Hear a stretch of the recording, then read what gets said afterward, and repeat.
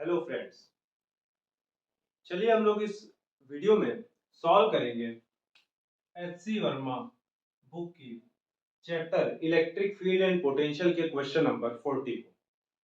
तो क्वेश्चन की लैंग्वेज देखिए, और इस क्वेश्चन को एज ए थ्योरी भी हम लोग क्लास में पढ़ाते हैं। तो अभी क्या क्वेश्चन के फॉर्मेट में दे रखा हुआ है, तो ठीक है, चलिए सॉल्व करते हैं। पहले क्वेश्चन की लैंग्वेज पढ़ते हैं। गिवन है ए रॉड ऑफ लेंथ एल, एक रॉड है, सपोज ये रॉड हो गया, इसकी लेंथ है और इसके ऊपर टोटल चार्ज क्यू है। तो इस रॉड की लेंथ है, इसके ऊपर चार्ज क्यू, और ये जो चार्ज है ये यूनिफॉर्मली डिस्ट्रीब्यूटेड है। तो हम लोग इसके लिए लैम्डा डिफाइन कर लेते हैं, जो कि हो जाएगा क्यू बाई एल।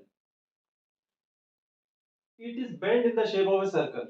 अब ये जो रॉड था इसको क्या कर दिया, बेंड कर दिया in the shape of a semi circle. Semi circle की शेप में इसको बेंड कर दिया। ठीक है, मान लिया मैंने कि इस जब सेमी सर्कल में इसको बेंड किया होगा तब इसका रेडियस हो चुका है आर।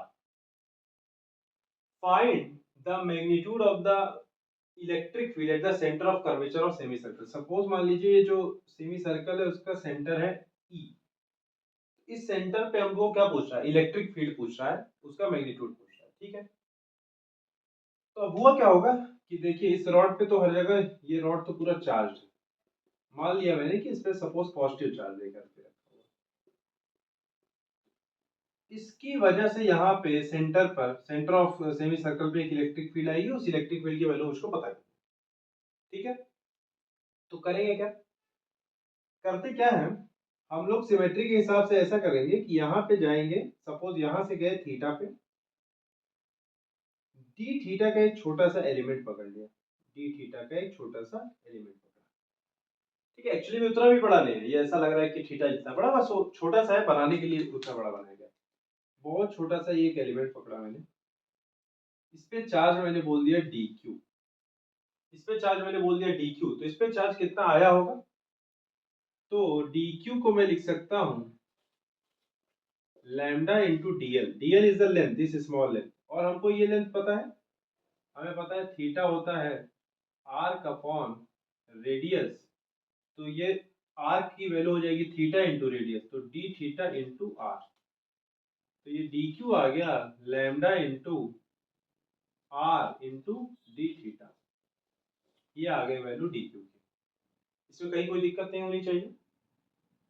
अब इस छोटे से एलिमेंट की वजह से इस ओ पॉइंट पर इलेक्ट्रिक फील्ड जो होगी, that would be, since it is a positive charge, the direction of electric field will be away from the charge. तो ये मेरे पास आ गया निकल करके डीई, छोटी सी इलेक्ट्रिक फील्ड इसकी वजह से। अगर ये एंगल थीटा है तो ये एंगल भी क्या होगा, थीटा होगा। अच्छा, ऐसा इस वायर में कोई एक एलिमेंट तो है नहीं, ऐसे बहुत सारे एलिमेंट होंगे। इस डीई का, अच्छा अगर कंपोनेंट में देखूं तो डीई का दो कंपोनेंट आ रहा है, डीई इधर आ रहा है डीई cos थीटा, इधर आएगा D E sin theta, D E sin theta. अच्छा, इसी तरीके का एक एलिमेंट इधर भी होगा। तो अगर बाई सिमेट्री में देखूं, बाई सिमेट्री में देखूं तो वो जो एलिमेंट होगा उसका भी cos थीटा वाला कंपोनेंट इधर आ जाएगा और sin थीटा वाला कंपोनेंट क्या हो जाएगा, ऐड हो जाएगा। और ऐसे ढेर सारे एलिमेंट होंगे, सबका cos थीटा वाला कंपोनेंट क्या होता चला जाएगा, कैंसिल होता चला जाएगा। इसका मतलब जो नेट इलेक्ट्रिक फील्ड हमको मिलने वाली है वो मिलने वाली है डी साइन थीटा का। मुझको करना पड़ेगा इंटीग्रेशन विद प्रॉपर लिमिट। यहाँ तक मेरे हिसाब से बात क्लियर है। तो जो नेट इलेक्ट्रिक फील्ड आएगी that would be the integration of D sine theta. तो डी की वैल्यू हम लोग लिख लेते हैं फटाफट से।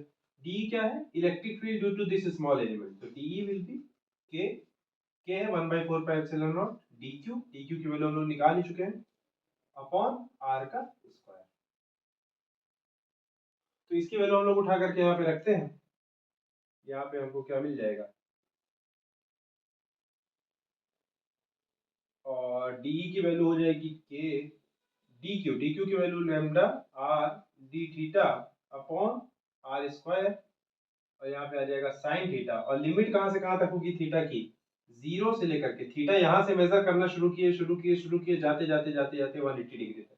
तो theta is equal to 0 degree से लेकर के 180 डिग्री बोल दीजिए, रेडियन में लेकर होते तो पाई लिखते थे। तो इलेक्ट्रिक फील्ड आ जाएगी। देखिए के कांस्टेंट है 1/4 पाई एप्सिलॉन नॉट, बाहर निकाल लीजिए, लैम्डा कांस्टेंट है बाहर निकाल लीजिए, ये आर कैंसिल हो गया बाहर आ गया, साइन थीटा का इंटीग्रेशन हो गया माइनस कॉस थीटा, माइनस बाहर निकाल लीजिए, कॉस थीटा को यहाँ रख लीजिए, theta is equal to 0 degree से पाई या 180 डिग्री वॉट। इलेक्ट्रिक फील्ड क्या आ जाएगी भाई, कॉस थीटा के कॉस पाई की वैल्यू हो जाएगी, कॉस पाई की वैल्यू हो जाएगी -1 और माइनस कॉस 0 की वैल्यू हो जाएगी 1, तो ये हो जाएगा माइनस माइनस -1 -1 -2 और बाहर भी एक माइनस है, तो 2k लैम्डा बाई आर। तो ये तो आंसर हो गया, लैम्डा की वैल्यू हमको पता है Q बाई एल। बट बात ये कि आर हमको गिवन नहीं था, आर हमने खुद से माना, तो हमें एक रिलेशन पता करना पड़ेगा एल और आर के टर्म में। तो मुझे पता है जो लेंथ ऑफ द रॉड है वही तो लेंथ ऑफ दिस मतलब circumference of this semi circular loop, तो L is equal to pi R, R की वैल्यू में क्या लिख सकता हूँ L बाई पाई, क्योंकि आंसर क्वेश्चन में मुझे L दिया था तो मुझे आंसर भी L के टर्म में चाहिए। तो इलेक्ट्रिक फील्ड का जो फाइनल रिजल्ट आएगा दैट वुड बी 2k की value 4 pi epsilon not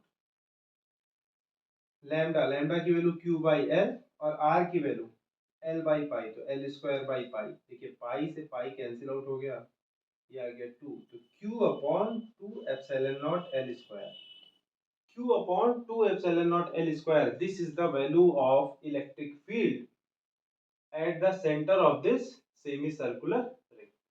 So that's all for this video. I hope that you have understood.